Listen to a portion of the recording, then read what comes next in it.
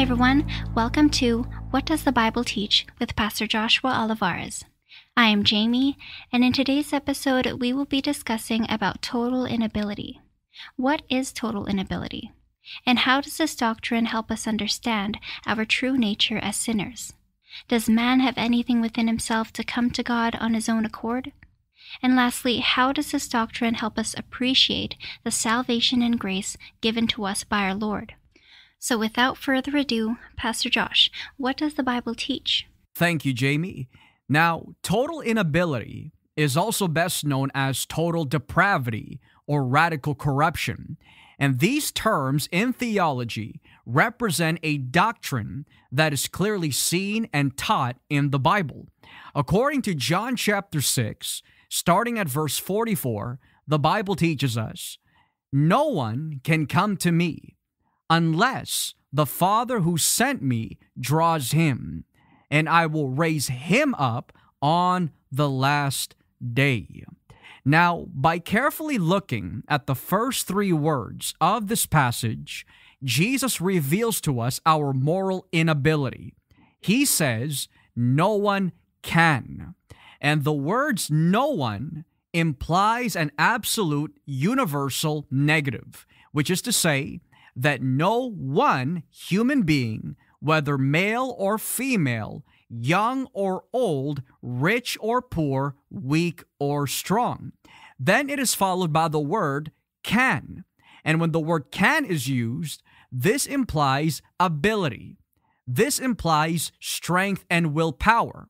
So no one, that's a universal negative, can or has the ability to come to Christ. So by putting these words together by their true meanings, the text is simply telling us that no person on the face of the earth has the moral capacity or ability to come to Christ on their own free will.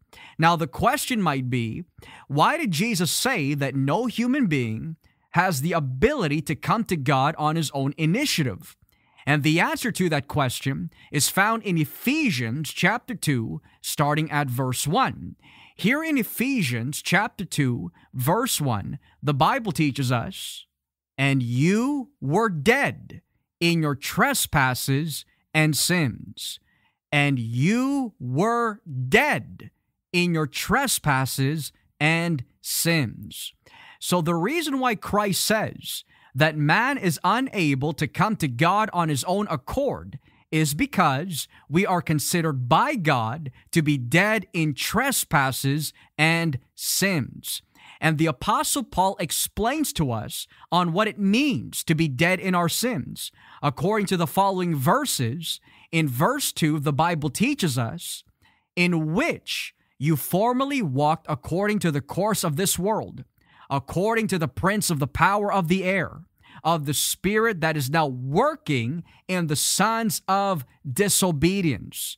Among them, we too all formerly lived in the lust of our flesh, indulging the desires of the flesh and of the mind, and were by nature children of wrath, even as the rest." Now, the reason why Paul says that we were by nature the children of wrath is because of federal headship. And federal headship means that the whole entire human race morally fell in Adam. And according to Romans chapter 5, starting at verse 12, the Bible teaches us, "Therefore, just as through one man sin entered into the world, and death through sin, and so death spread to all men, because all sinned." Then in Romans chapter 3, starting at verse 23, "For all have sinned and fall short of the glory of God." So because of the fall, man's free will and ability to live in holiness, righteousness, and even come to God has been totally, heavily, and radically enslaved by sin. And that is why the only thing man can do with his free will is to sin. And we see this all throughout the teachings of the Bible. According to Genesis chapter 6, starting at verse 5, the Bible teaches us, "Then the Lord saw that the wickedness of man was great on the earth, and that every intent of the thoughts of his heart was only evil continually." Then in Psalm chapter 14, starting at verse 1, "The fool has said in his heart, 'There is no God.' They are corrupt. They have committed abominable deeds. There is no one who does good. The Lord has looked down from heaven upon the sons of men to see if there are any who understand, who seek after God. They have all turned aside. Together they have become corrupt. There is no one who does good. No, not even one." Then in Jeremiah chapter 17, starting at verse 9, "The heart is more deceitful than all else and is desperately sick. Who can understand it?" Then in Jeremiah chapter 13, starting at verse 23 in the NLT, "Can an Ethiopian change the color of his skin? Can a leopard take away its spots? Neither can you start doing good, for you have always done evil." And lastly, in Romans chapter 3, starting at verse 10, "As it is written, there is none righteous, not even one. There is none who understands. There is none who seeks for God. All have turned aside. Together they have become useless. There is none who does good. There is not even one. Their throat is an open grave. With their tongues they keep deceiving. The poison of asp is under their lips, whose mouth is full of cursing and bitterness. Their feet are swift to shed blood. Destruction and misery are in their paths, and the path of peace they have not known. There is no fear of God before their eyes." So because of man's radical corruption, because of man's total inability, because of man's radical fallenness, the Bible teaches us that those who are dead in their sins are unable to do several things. Number one, they are unable to hear spiritual truths. According to John chapter 8, starting at verse 42, the Bible teaches us, "Jesus said to them, 'If God were your Father, you would love me, for I proceeded forth and have come from God. For I have not even come on my own initiative, but he sent me. Why do you not understand what I am saying? Is it because you cannot hear my word? You are of your father, the devil, and you want to do the desires of your father. He was a murderer from the beginning and does not stand in the truth, because there is no truth in him. Whenever he speaks a lie, he speaks from his own nature, for he is a liar and the father of lies. But because I speak the truth, you do not believe me. Which one of you convicts me of sin? If I speak truth, why do you not believe me? He who is of God hears the words of God. For this reason you do not hear them, because you are not of God." Then in 1 John chapter 4, starting at verse 6, "We are from God. He who knows God listens to us. He who is not from God does not listen to us. By this we know the spirit of truth and the spirit of error." Secondly, the person who is dead in their sins is unable to see, perceive, or understand spiritual truths. According to Matthew chapter 13, starting at verse 13, the Bible teaches us, "Therefore I speak to them in parables, because while seeing they do not see, and while hearing they do not hear, nor do they understand."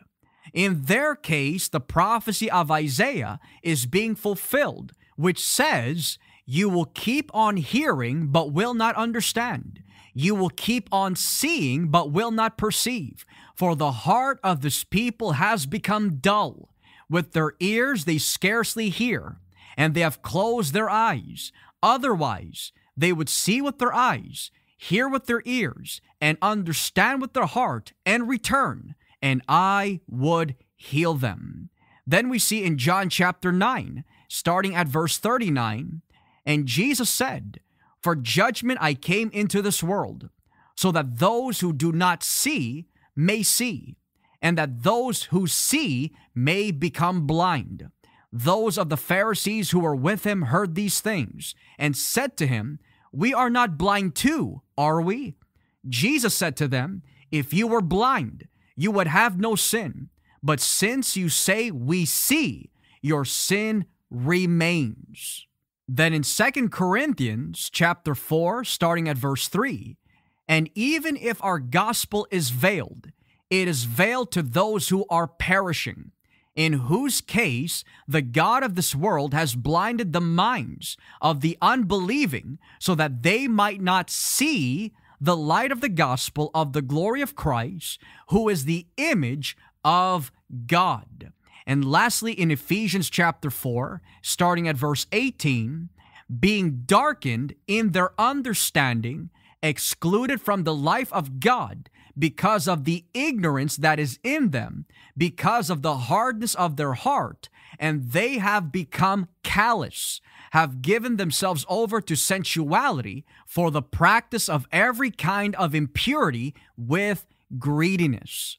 Thirdly, the one who is dead in their sins is unable to desire or submit to spiritual truths. According to Romans chapter 8, starting at verse 6, "For the mind set on the flesh is death, but the mind set on the spirit is life and peace, because the mind set on the flesh is hostile toward God, for it does not subject itself to the law of God, for it is not even able to do so, and those who are in the flesh cannot please God."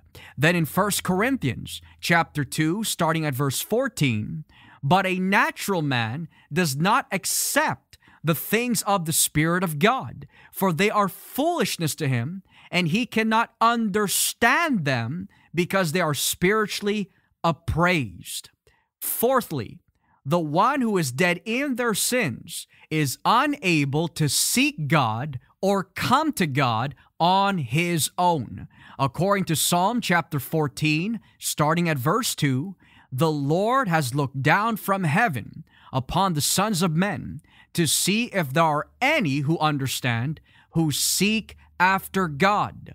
They have all turned aside. Together they have become corrupt. There is no one who does good, not even one." And lastly, here in the book of John, chapter 6, starting at verse 64, "But there are some of you who do not believe, for Jesus knew from the beginning who they were who did not believe, and who it was that would betray him. And he was saying, 'For this reason I have said to you that no one can come to me unless it has been granted him from the Father.'" So we see what the doctrine of total inability is according to the teachings of the Bible. A person who is dead in their sins is unable to hear, unable to see, unable to desire or submit, unable to seek or come to God on his own, because he is dead in trespasses and sins. Just like how Lazarus in John 11 could not bring himself to life by his own accord, likewise, no man who is dead in his sins can come to God for eternal life unless he is raised to spiritual life by God. And that is why Jesus said in John 6 verse 44, "No one can come to me unless the Father who sent me draws him, and I will raise him up on the last day."